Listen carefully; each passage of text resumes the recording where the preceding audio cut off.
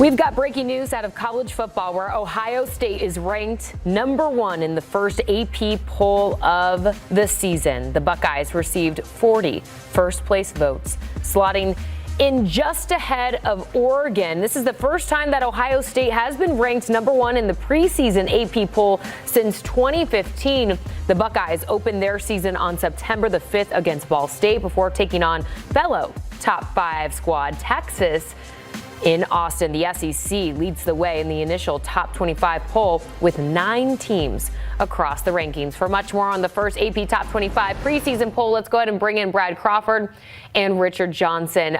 Gentlemen, let's begin with #1. Ohio State is in that spot. What do you think, Brad? Did they get it right? I think voters did, and there's not a unanimous split. I mean, Ohio State has 40 first-place votes out of a possible 69. But Ohio State, #1 in the coaches poll early this month, now top spot in the AP poll. It's hard to argue when you have two, I think, returning Heisman finalists. Julian Sayin obviously got there last season, and Jeremiah Smith, the best player in college football. I know the Buckeyes lost a ton of talent and first-round guys on defense, but this is one of Ryan Day's most loaded rosters, and there's a reason Ohio State deserves that top spot. I think it's interesting that Ohio State is such a dominant #1 when you look at the rankings and 40 first-place votes versus I think the next highest vote getter in Oregon gets 14 first-place votes. Personally, I have Texas ranked #1 in the country, and obviously Ohio State and Texas will hash that out in week 2, Jordan, as you just said. But yeah, this odds-on belief in Ohio State, it's not that I think it's misplaced. A down year for Ohio State would be 10 wins and still making the college football playoff, which I certainly expect them to be in December when we get down to it in the postseason. But Ohio State, a little bit surprising for me, this unanimous, or at least relatively unanimous, a #1 team.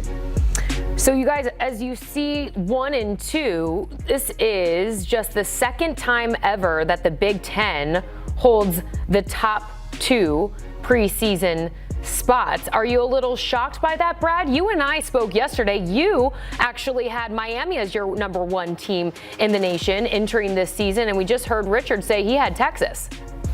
And Miami does have one first-place vote from somebody out there in this AP poll, but 62 total first-place votes given to 3 Big Ten teams. Ohio State with 40, Oregon at #2, and then Indiana 6, but they have the third most first-place votes. It doesn't surprise me considering the Big Ten has won 3 consecutive national championships. And I think if you ask most college football media, if you get the Big Ten's top 3 versus the field right now, they would likely go with that to win it all outside of Notre Dame. So I'm not all surprised that Ohio State and Oregon topped this poll at 1 and 2. I don't really know what the SEC's done to demand, 2 of the top 2 spots. Again, I know Texas is my #1 team personally, but when I think about the voter base, the AP voter base, I absolutely see a bunch of people that have just, quite frankly, looked at who was in the last 3 national championship games, and you say, well, there hadn't been an SEC team in there. And so you could see how they wouldn't garner any of the top 2 spots. I get it, and I agree with it, quite frankly, from an AP voter standpoint, even if my personal ballot has Texas #1. Well, I know you disagree with Texas not receiving any first place votes. I know you're itching to talk about it, Richard Johnson, so let's get into it. Why do you think that is? Because I think it's the best roster in college football, or if not the best roster, 1B with Oregon as top 2 rosters in the sport. I am more than just a believer in Arch Manning. I look at what he did in the back half of the season, and I think he lived up to my expectations. I look at what Texas did in the transfer portal, and they went out and said, we're going to get Arch the toys. We're going to go get Raleek Brown at running back, Hollywood Smothers at running back for a backfield that I think is going to be dynamic and explosive. We're going to go get Cam Coleman, who I think other than a Jeremiah Smith or a Malachi Toney, I think he's going to be right up there with the best receivers in college football. I just look at this Texas roster, and I think it's absolutely stacked. And we even talk about the defense, which will be coordinated by Will Muschamp, who I believe in. I think Steve Sarkisian is going to have more focus on the offensive side of the ball this season, a little more hands-on as far as that's concerned. And I think he's one of the best play callers in the sport. I think the national championship is the limit for this Texas team. I expect them to be in that title game in January when we get down to it. I believe strongly in the Texas Longhorns this season. Not to be pessimistic, though, we saw Texas last season at Georgia get clobbered around, lost to Florida, lost to Ohio State early. There's still some doubt nationally in Steve Sarkisian. He made the CFP semifinals back-to-back years, and then going into last year, preseason number 1. We all know what happened to Texas. 10-3 overall, lost that opening game at Ohio State. Week 2 against Ohio State in Austin is one of college football's biggest games, where I think Texas, as a preseason number 5, can get back into that top 3 range. Deservedly so if Sarkisian can beat Ryan Day. Brad, just a quick follow here, because we heard Richard. He's a very big believer in Arch Manning. There's a lot of people out there that also agree with him, believe he's going to be the number 1 pick in the next NFL draft. How much of maybe some of this doubt with Texas is riding on not believing in Arch Manning this upcoming season, in your opinion? Well, those voters who aren't believing in Arch Manning may not have watched the second half of the 2025 season, and then the Citrus Bowl against Michigan when he rushed for $150 and had several passing touchdowns, really good throws. Arch Manning, light years better than he was in September last fall down the stretch. Steve Sarkisian has alluded to that throughout the offseason. Texas reloaded the running back room with 2 new transfers. They've got 2 potential first-round picks blocking for Arch Manning, and as Richard mentioned, getting Cam Coleman, the top-ranked offensive playmaker in the portal, that's going to do wonders for a quarterback I think will be a Heisman finalist. So as long as Arch Manning can just get some of this pressure off of his shoulders, play well late in games, and especially on third down for this Texas team, there's enough talent around him, Jordan, for him to be a very good player and much improved this fall. Ton of high expectations there in Austin as Texas lands at number 5 in the first AP Top 25 preseason poll.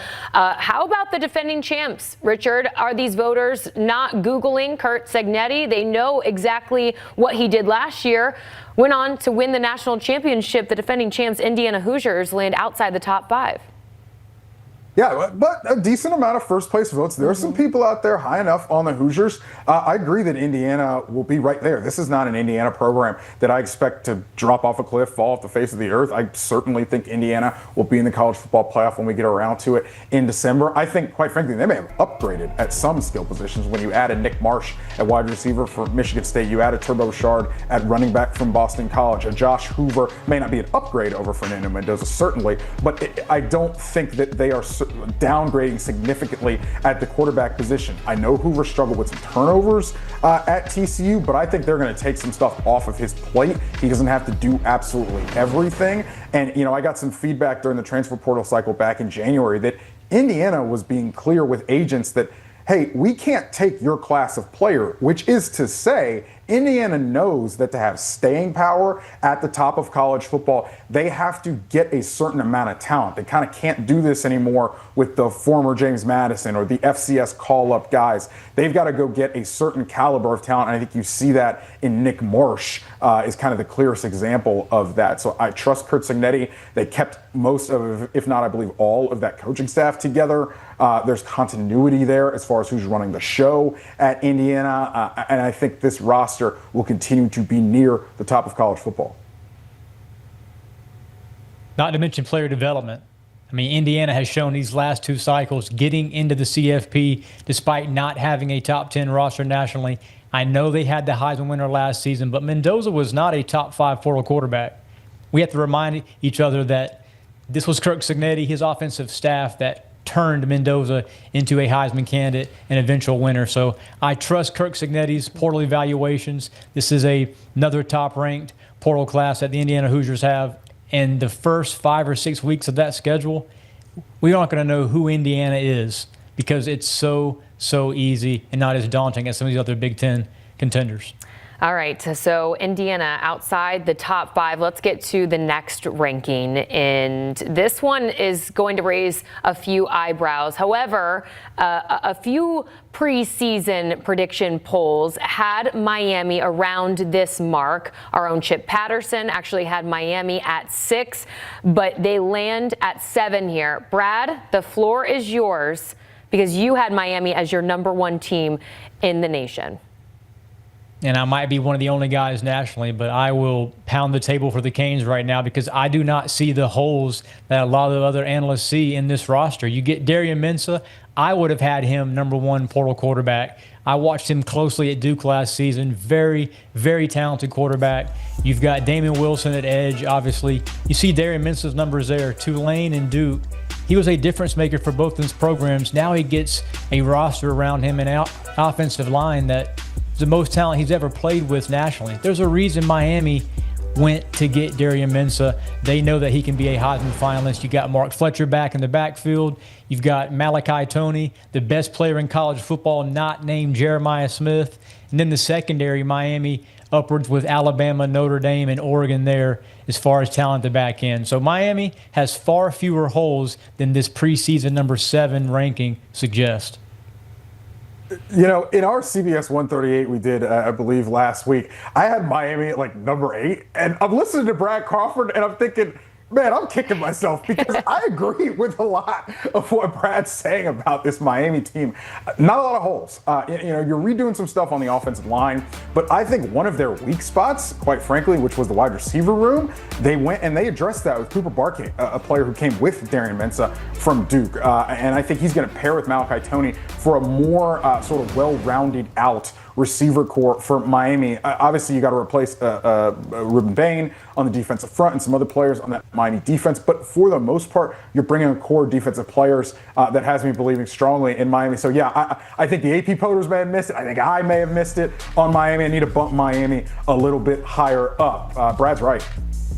Mario Cristobal, I'm sure, will use this as a little motivation, if you will, as they get set to open up their season. Let's take a look at 11 through 20 now. You guys, one thing that really stands out here, Lane Kiffin and the LSU Tigers, obviously a new era, right, starting there in Baton Rouge. However, outside the top 10, at 11, this is one of the most expensive rosters in college football. Brad, you surprised by this?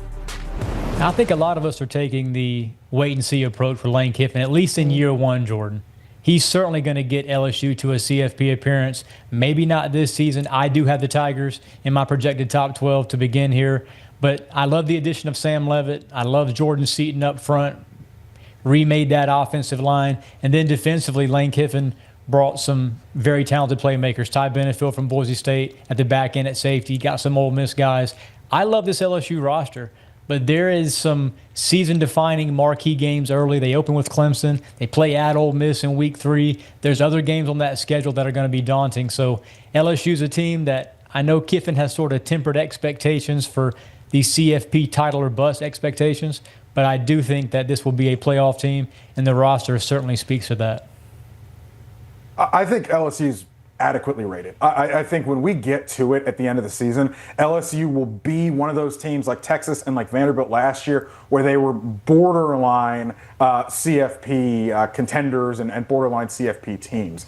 I think I can sort of have LSU either in or out in one of those last kind of like 2 or 3 playoff spots for the college football playoff. I think that they're going to be a team that probably drops a game they shouldn't as they try to get things booted up there with Lane Kiffin, but they're going to have plenty of firepower, as Brad's saying, with how expensive this roster is, that I certainly think they could get into the college football playoff feasibly. Let's go ahead and end here because you know we go through the entire top 25 and we count how many teams from each conference. Well, surprise, surprise, the SEC leads the way with 9 total teams in the AP Top 25 preseason poll. Is that warranted in your opinion, Richard Johnson?